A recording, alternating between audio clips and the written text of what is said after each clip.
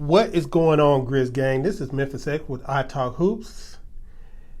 And like I say, sometimes on a random Thursday night when you should be asleep, something special happens in the NBA. Woo!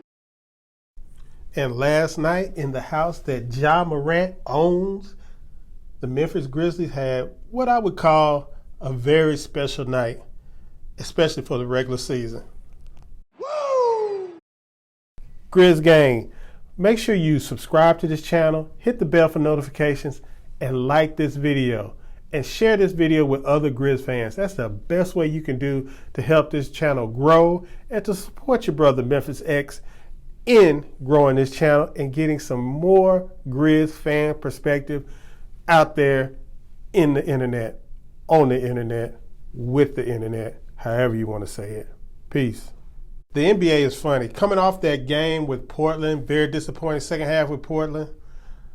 Last night's game started out like not only as the last game of a long road trip, but it also kind of showed all the bad habits and bad things about Jaren Jackson Jr. He picked up his second foul 5 minutes into the game, and just like in the Blazers game when he got in foul trouble, the Grizzlies team was already 7 points behind, I think, at that point. And by the end of the first quarter, the Grizzlies were already down 17 points. So, yeah, it was rough. And what we're seeing early in the season, despite Jaren's struggles offensively with his shot, the team plays way better with him on the court. It's not even a debate anymore. They play a lot better with him on the court and a lot better with him at the five. So there's going to be some good conversation going among Grizzly fans about that over the next couple of weeks as we see how this develops. But so far, in the first 5 games, that has been the evidence. So in the second quarter, Jaren came back in to start the second quarter. Instantly, him and Desmond Bane went back-to-back with 3-pointers. They cut the lead from what had gotten to a high of 19 right at the beginning of the second quarter. They cut it down to 13. And they got it to 5 before, I think it was like about halfway through the second quarter, where Steven Adams came back in for Jaren Jackson. And, the league kind of stabilized between, 8, 9, and 5, something like that for the Grizzlies. And, Jaren came back in about a minute left in the second quarter. He got his third foul. And the Grizzlies ended up going down 10 points in the second quarter. So going into halftime, the Grizzlies were down 10 points. Jaren had 3 fouls. Things were looking very, very, very bad for the good guys. I'm going to just tell you that. Everybody was kind of waiting for the Steph Curry explosion. Steph Curry was already going off at that point, hitting crazy 3-point shots in this game.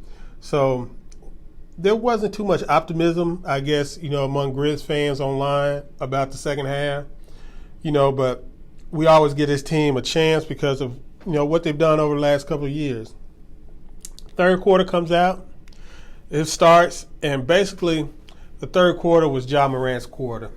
Ja scored 18 points in the third quarter, including 6 free throws. And, he was just ultra aggressive. It's like he turned on the switch at halftime and just decided to bring the game home, or at least try to bring the game home. Other guys were contributing with defense, especially DeAnthony Melton, who couldn't hit a shot, still hadn't scored. So at this point, through the third quarter, DeAnthony Melton had went at least 7 quarters without scoring. He was playing defense and he was hustling. He was getting blocks, steals, rebounds. He was doing all the little things, playing good defense on Steph Curry, even though Steph was still shuffling him up with threes, like he's going to do. There's just nothing you can do sometimes. But at the end of the third, the Grizzlies were down 6, and hope was in the building. So the fourth quarter came, and basically the fourth quarter was more about Melton's defense. Again, it seemed like he was all over the place. And in the fourth quarter, the Grizzlies went with what I would call their best lineup right now with Dillon Brooks out. They had Ja Morant, DeAnthony Melton, Desmond Bane, Kyle Anderson, and Jaren Jackson at the 5. And Curry was sitting out the fourth quarter. He had went out. He didn't come back in for the fourth quarter. He was sitting out. And for some reason, Steve Kerr left him out until about a little under 5 minutes left in the game. And by that time, the Grizzlies had tied the game up. And then at that point, Ja was in kill mode.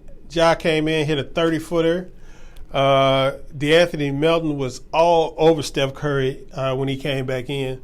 Steph Curry could barely get a shot off, and he couldn't get a good shot off hardly at all. And even if he did get a look, he was missing it. So, the game ended up tied. Both teams were kind of running out of gas at the end of the fourth quarter. And, things went kind of grinded to a stop because, both teams were kind of exhausted. I think the Warriors were coming off a pretty long road trip. And, of course, the Grizz were at the end of a road trip. So the game ended in regulation, tied at 98. The overtime started, and basically it was more of what happened at the end of the fourth quarter. It was basically about DeAnthony Melton's defense and the Grizzlies' defense with that small ball lineup in with Jaren Jackson at the 5. It seemed like they were all over the place defensively. Kyle Anderson, the overtime scoring was just 6-3. Grizzlies outscored them 6-3 in overtime. Kyle Anderson got 2 free throws. DeAnthony Melton hit a layup, and Ja hit a layup. And the only score that the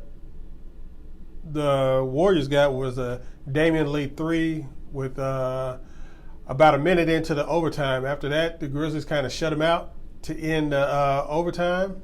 So for 4 minutes, basically, the Grizzlies, that lineup the Grizzlies had at the end of that game, shut the Warriors out, and that's with Steph Curry on the court. So, that ain't no little deal right there. But like I said, we had a crazy, crazy West Coast road trip to start the season. 4 games against 4 supposed playoff teams: the Clippers, the Lakers, the Blazers, and the Warriors. Ended up 2-2. Can't be mad at that. Should have won the Lakers game, maybe, if Ja hits the free throw. Was looking good in the first half of the Blazers game. Well, not looking good, but we were up by 5 after the first half of the Blazers game. Fell apart in the second half. So all in all, for the beginning of the season, I would say it was a pretty successful road trip. And the next game that the Grizzlies have is with the Miami Heat at home on Saturday. So I'm not sure if I'm going to get a video in between Saturday before the game, but I'm going to try to see if I can come up with something. But if you have something that you want me to discuss or anything like that, like, how the Grizz are doing this year, just hit me up in the comments section. Make sure you like this video, share this video with other Grizz fans, subscribe to my channel, and hit that bell for notifications so you will get a notification if I decide to drop a video Saturday before the game in Memphis in FedEx Forum. And I'm pretty sure you can get some tickets, so get to the game if you can. If not, make sure you're watching it on Bally's with Pete and Brevin. And I'll talk to you guys next time.